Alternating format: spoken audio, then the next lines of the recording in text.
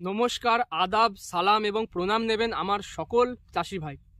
আজকে এই ভিডিওয় আমি আপনাদেরকে আমার নিজস্ব আলু লাগানো থেকে নিয়ে আলু তোলা অবধি কি পরিচর্যা করেছি, কোন রোগের জন্য কোন ওষুধ ব্যবহার করেছি এবং কয়বার স্প্রে করেছি, কি ওষুধ ব্যবহার করেছি সেটা আপনাদের সঙ্গে আজকে তুলে ধরবো। এবং আমি কোন রোগের ক্ষেত্রে ওষুধ দিয়েও কোনো কাজ পাইনি বা কোন ওষুধটা দিয়ে একদমই আমি কাজ পাইনি, কোন ওষুধটা দিয়ে আমি খুব ভালো কাজ পেয়েছি, এই ভিডিওয় আপনাদেরকে তুলে ধরবো। ভিডিওটা যারা আলু তুলে ফেলেছেন অলরেডি তাদের জন্যও যেমনটা জরুরি, সেরকম যারা আলু তোলেননি, যাদের পরিচর্যা এখনো চলছে তাদের জন্য তো অনেক বেশি জরুরি। তাই ভিডিওটা সম্পূর্ণটা দেখবেন, মনোযোগ সহকারে শুনবেন। কি করেছি আপনারাও যদি করে থাকেন সেগুলো মেলাবেন। যেগুলো করেননি বিগত বছরে, যেগুলো করেননি বা এই বছর যেগুলো করেননি, পরবর্তী বছরে যেন সেগুলো আপনারা একটু মেনে চলার চেষ্টা করেন। হয়তো আমার চাষের থেকে আপনার চাষ অনেক ভালো হতে পারে। তাই কোনো যদি আপনারা বেশি ভালো কিছু ব্যবহার করেছেন এবং ভালো রেজাল্ট পেয়েছেন, অবশ্যই কমেন্ট বক্স খোলা আছে, আমাকে জানাবেন। আমি সেগুলো ভিডিওর মধ্যে অবশ্যই তুলে ধরবো। আসুন ভিডিওটা শুরু করি। বন্ধুরা, প্রথমে দেখুন, আমি আলু যখন লাগিয়েছিলাম আমি দুই রকমের আলু চাষ করেছি। এক হচ্ছে কুফরি জ্যোতি, যেটা গুরদীপ সিং বা গুরপিন্দার সিং, এই দুটো কোম্পানির আমি ব্যবহার করেছি জ্যোতি আলু। এবং কিছুটা আমি পোখরাজ আলু চাষ করেছিলাম, যেটা কিন্তু এখনো পর্যন্ত আমি হারভেস্ট করিনি। তো এই যে জ্যোতি আলু, আজকে আপনাদেরকে আমি জ্যোতি আলুর পরিচর্যাটাই বলবো। এবং আপনাদের এই জ্যোতি আলুর সঙ্গে পোখরাজ আলুর পরিচর্যার এমন কিছু ফারাক হবে না। সাথে আপনাদের যারা সুপার 6 বা কলম্বো বা হিমালিনীর চাষ করেছেন তাদেরও কিন্তু পরিচর্যার এমন কিছু ফারাক হবে না। হয়তো কি ফারাক হবে না, আমি যেটা একটু ঘন ঘন জলসেচ দিয়েছি, আপনাদেরকে হিমালিনী বা সুপার 6 বা হচ্ছে যেটা কলম্বো আলু, তার ক্ষেত্রে জলসেচটা একটু মানে বেশি দিনের গ্যাপে দিতে হয়, এটুকুই ফারাক। তাছাড়া ওষুধপত্র সমস্ত প্রায় একই। তাই ভিডিওটা আপনাদেরকে যেটাই বলবো সমস্ত আলুর ক্ষেত্রে কিন্তু সেটা প্রযোজ্য। আমি আলুটা যেটা লাগিয়েছিলাম, আমার জ্যোতি আলুটা, সেটা হচ্ছে নভেম্বর মাসের 12 তারিখ থেকে, নভেম্বরের 12 তারিখ থেকে আমি আলু লাগানো শুরু করেছি পোখরাজ জ্যোতি 2। এবং ওই সময় থেকে লাগানো শুরু করে আমি কিন্তু প্রায় 17-18 তারিখ অবধি আলু চাষ মানে আলুটা রোপণ করেছি জমিতে। আমার মোটামুটি আলু চাষ রয়েছে হচ্ছে 15 বিঘা, এবং এই 15 বিঘার মধ্যে 13 বিঘা হচ্ছে জ্যোতি আলু। তো এই জ্যোতি আলুটা আমি ওই সময়ই কিন্তু রোপণ করেছি। এবং আমার কিছু জ্যোতি আলুর গাছের বয়স আজকে হচ্ছে 70 দিন, কিছু জ্যোতি আলুর গাছের বয়স আজ হচ্ছে 65 দিন। তাই আমি কিন্তু একদম আলুর শুরু থেকে আলু তোলার আগে অবধি যে পরিচর্যা সেটাই আপনাদেরকে বলছি। দেখুন, প্রথমে আলুটা লাগালাম আমি হচ্ছে 13 তারিখ বা 14 তারিখে। আপনাদেরকে আমি মাটি তৈরির সময় কি ব্যবহার করেছি সেটা বলি। প্রথমে দেখুন, মাটি আমার যেহেতু একটু অনেক দিন মানে বছর 5 হলো কোনো রকম চুন ব্যবহার করা হয়নি, সেই জন্য মাটিটাকে আমি মানে বিষমুক্ত করার জন্য বা জীবাণুমুক্ত করার জন্য চুন ব্যবহার করেছিলাম। যেহেতু মাটিটায় দীর্ঘদিন ধরে রাসায়নিক সার ব্যবহার করার জন্য মাটিটা আমলিক হয়ে গেছে, মাটিটাকে নিউট্রাল বা একটা সামঞ্জস্য আনার জন্য চুন হচ্ছে একটা ক্ষারীয় জাতের বস্তু, তো চুন ব্যবহার করেছিলাম। এর ব্যবহার করার ঠিক ওই 20 দিন পরে আমি কিন্তু এখানে আরেকবার চাষ দিয়েছিলাম। এবং চাষ দেওয়ার সময় আমি যে পাট সেরেছিলাম, আমি টোটাল 3টে চাষ দিয়েছি। শেষ চাষে যেটা পাট সারা বলে, আলুর শেষ চাষের পূর্বে আমি কিন্তু এখানে 3 বস্তা 10-26-26, সেটা হচ্ছে ইফকো কোম্পানির অরিজিনাল যে 10-26টা, সেটা ব্যবহার করেছিলাম। এবং সাথে আমি এখানে 1 বস্তা কিন্তু হাড় গুঁড়ো, লিভিক্স কোম্পানির যে চামড়া পচা হাড় গুঁড়োটা হয় সেটা ব্যবহার করেছিলাম। 1 বস্তা হচ্ছে নাঙ্গল মার্কার জৈবটা ব্যবহার করেছিলাম। এই জৈবটা দেওয়ার পরে আমি কিন্তু শেষ চাষটা এখানে দিয়েছিলাম। তারপরের দিনে আলুটা বসানো হয়েছে, এবং বসানোর থেকে ঠিক হচ্ছে ওই 30 দিন পর, মানে হচ্ছে ওই মোটামুটি ধরুন 17ই ডিসেম্বর বা 20 ডিসেম্বর, এই টাইমটার মধ্যে, এই 3 দিনের মধ্যে আমি কিন্তু প্রথম স্প্রে করেছি এতে। এবং প্রথম স্প্রে হিসাবে আমি ব্যবহার করেছিলাম হচ্ছে কিছু জমিতে কপার অক্সিক্লোরাইড, যেটা টাটার ব্লাইটক্স নামে পাওয়া যায়। সাথে আমি ব্যবহার করেছিলাম হচ্ছে অল্প করে হিউমিক অ্যাসিড, যেটা হিউমিক ফুলভিকের মানে একটা সলিউশন পাওয়া যায়, সেটা আমি দিয়েছিলাম 30 ml করে। এবং কপার অক্সিক্লোরাইড ব্যবহার করেছিলাম 50 গ্রাম করে। প্রথম স্প্রে হিসাবে আমি কি ব্যবহার করেছি ওটা আপনাকে বললাম। এরপরে হচ্ছে গিয়ে আমি দ্বিতীয় যখন স্প্রে করেছি তখন আমার গাছের বয়স হচ্ছে 50 দিন, মানে আমি 35 দিনের মাথায় স্প্রে যখন করেছি এবং 50 দিন এর মাঝে গ্যাপ দিয়েছিলাম 15 দিন। আমার এদিকে ওয়েদার প্রথম থেকে দেখেছেন সব জায়গাতেই কুয়াশা ছিল না, ওয়েদার ভালো ছিল, সেজন্য যে প্রথম ওষুধটা দিয়েছিলাম তার অ্যাকশন কিন্তু 15 দিনের পরেও ছিল। এবং 15 দিন পরে গিয়ে দ্বিতীয় স্প্রে যেটা সেটা করলাম, সেটাই আমি দিয়েছিলাম অ্যান্ট্রাকলের সঙ্গে হচ্ছে আমি মিশিয়েছিলাম ইসাবিয়ন এবং বোরন। এই 3টে বস্তু আমি কিন্তু মিশিয়েছি, 3টে ওষুধ মিশিয়ে আমি জমিতে স্প্রে দিই। ইসাবিয়নটা দিয়েছিলাম যেহেতু এই সময় আলুর টিউবারটা ধরে গেছে, আলুর টিউবারটা যাতে ভালোভাবে তার প্রোটিন বা অ্যামাইনো অ্যাসিডগুলো পায়, সেজন্য ইসাবিয়ন ব্যবহার করেছি। হচ্ছে আমি অ্যান্ট্রাকল ব্যবহার করেছি ধসার জন্য, আগাম একটা প্রোটেকশন হিসাবে। ওতে রয়েছে প্রোপিনেপ 70% WP, তো এই কম্বিনেশন ব্যবহার করেছি। এবং ওটা আমি দিয়েছিলাম 50 গ্রাম, ইসাবিয়ন দিয়েছিলাম 30 গ্রাম, বোরন দিয়েছিলাম 20 গ্রাম। এর সমস্ত ভিডিও কিন্তু ডিটেলসে ধাপে ধাপে আমার চ্যানেলে দেওয়া রয়েছে। যারা দেখতে চাইছেন আমার চ্যানেলে একটা দেখবেন প্লেলিস্ট করা আছে আলু চাষ বলে, ওখানে প্রথম থেকে আপনি ভিডিওগুলো পেয়ে যাবেন। আচ্ছা, এরপরে গিয়ে হচ্ছে আমি স্প্রেটা করলাম। তারপরে এই যে হচ্ছে 75 দিন বয়স আজকে আমার গাছের, এই 75 দিন বয়স, কিছু গাছের হচ্ছে 60 দিন, কিছু গাছের 65 দিন। বললাম আপনাকে কিছু ধাপে ধাপে আমি কিন্তু আলুটা চাষ করেছি।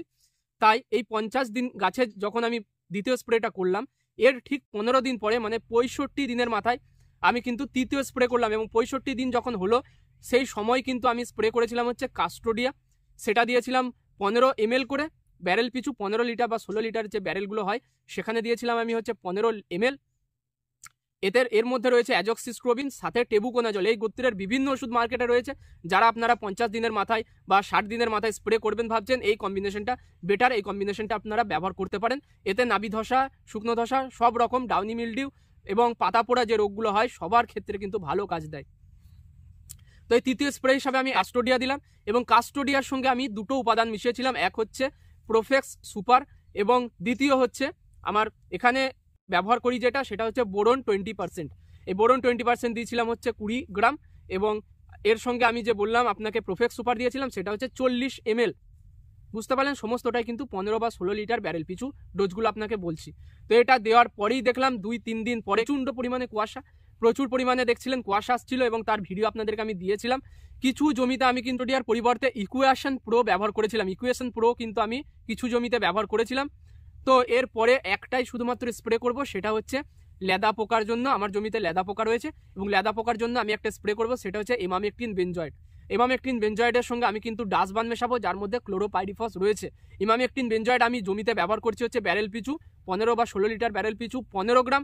কিছু জমিতে আমি ব্যবহার করছি 20 গ্রাম, যেখানে আমার লেদার চাপ কিন্তু খুব বেশি হয়।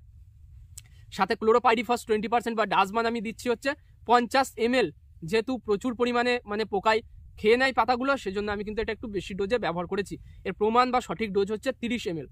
তো এই ওষুধগুলো আমি ব্যবহার করেছি। আমার কিন্তু হচ্ছে ধসার স্প্রে দেব না, তার একটাই কারণ, আমার গাছ প্রচণ্ড কিন্তু সবুজ, প্রচণ্ড কিন্তু মানে তেজি হয়ে রয়েছে, এবং গাছটা কিন্তু একটুকু কোথাও ধসা চিহ্ন দেখা যায়নি। তাই আমি চাইছি যে আমার গাছটা যেন 90 দিনের মধ্যে নিজেই যেন মরে যায়, মানে আমাকে যেন গাছটা কেটে ফেলতে না হয়। তাই আমি কিন্তু এতে কোনো রকম ধসার ওষুধ স্প্রে করব না। হয়তো দেখা যাবে 85 দিনের মাথায় বা 80 দিনের পর থেকে সামান্য পোড়া ধসা, সামান্য নাবি ধসা লাগবে। আমি চাইছি সেটা লেগে যাক, কারণ এরপরে আলুটা কিন্তু এরপরে গিয়ে সেরকম একটা বাড়ে না। আলু যা বাড়ার, যেটা আপনার প্রমাণ সাইজ হওয়ার, সেটা 80-85 দিনের মধ্যেই হয়ে যায়। এরপরে যে 5-7 দিন আপনি আলুটাকে জমিতে রাখেন, তার মধ্যে আলুটা ছালটা মোটা হয়, সাইজটা কিন্তু ঠিক হয়, ঠিক করে নেয়। এরপরে বন্ধুরা আমি কিছু জমিতে ব্যবহার করেছি হচ্ছে এই 4 নম্বর স্প্রে হিসাবে 70 দিনের মাথায়, সেটা হচ্ছে লিহোসিন ব্যবহার করেছি আমি 5 ml প্রতি 15 লিটার জল পিছু। বিগত বছরেও ব্যবহার করেছিলাম, এই বছরও ব্যবহার করছি। কিছু জমিতে আমি লিহোসিন দিই নাই, যে জমিগুলো আমি অতি আলু লাগিয়েছি সে জমিগুলো আমি ব্যবহার করেছি হচ্ছে পটেটো স্পেশাল অথবা কিন্তু এগ্রোমিন গোল্ড।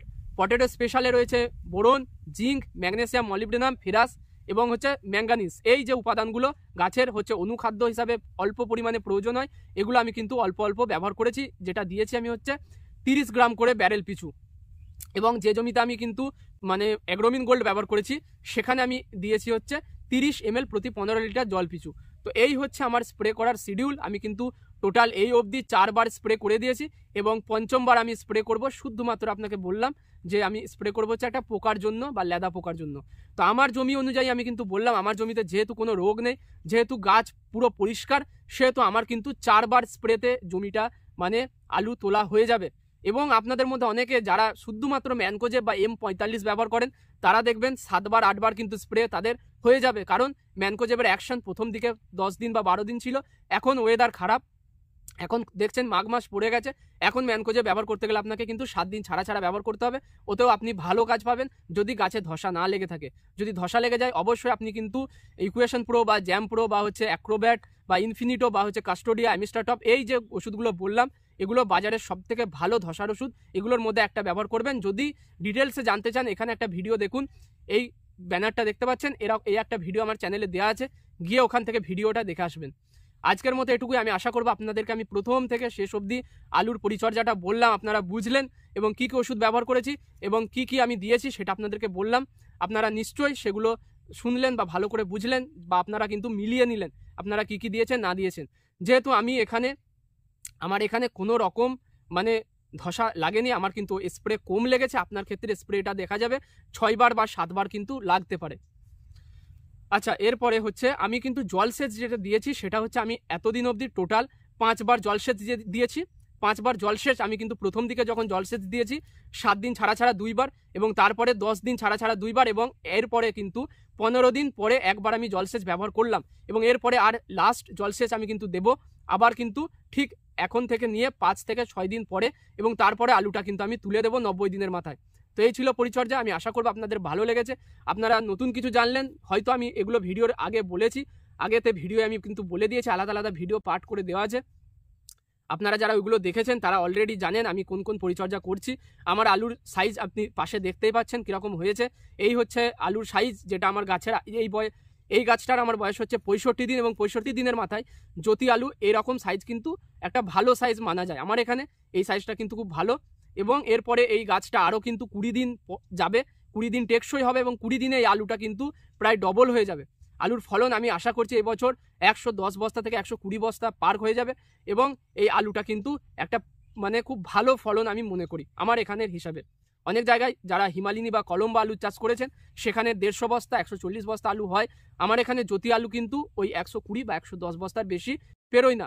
আপনাদের কত কি আলু হয়েছে, যারা পোখরাজ আলু তুলেছেন তারা অবশ্যই কমেন্টে জানাবেন, যারা জ্যোতি আলু লাগিয়েছেন বা তুলেছেন তারাও কিন্তু জানাবেন যে কত কি দাম যাচ্ছে বা কত ফলন হলো। আমি তাহলে কিন্তু জানতে পারবো যে আমার ভিডিও দেখে বা আমার পরিচর্যায় আপনাদের আলু কতটা কি চাষটা ভালো হলো। ব্যাস এইটুকুই আজকের মতো, এবং আপনাদের সঙ্গে আবার হয়তো পরের কোনো একটা ভিডিওয় দেখা হবে এই আশা রেখে আমি আজকের ভিডিওটা এখানেই শেষ করলাম।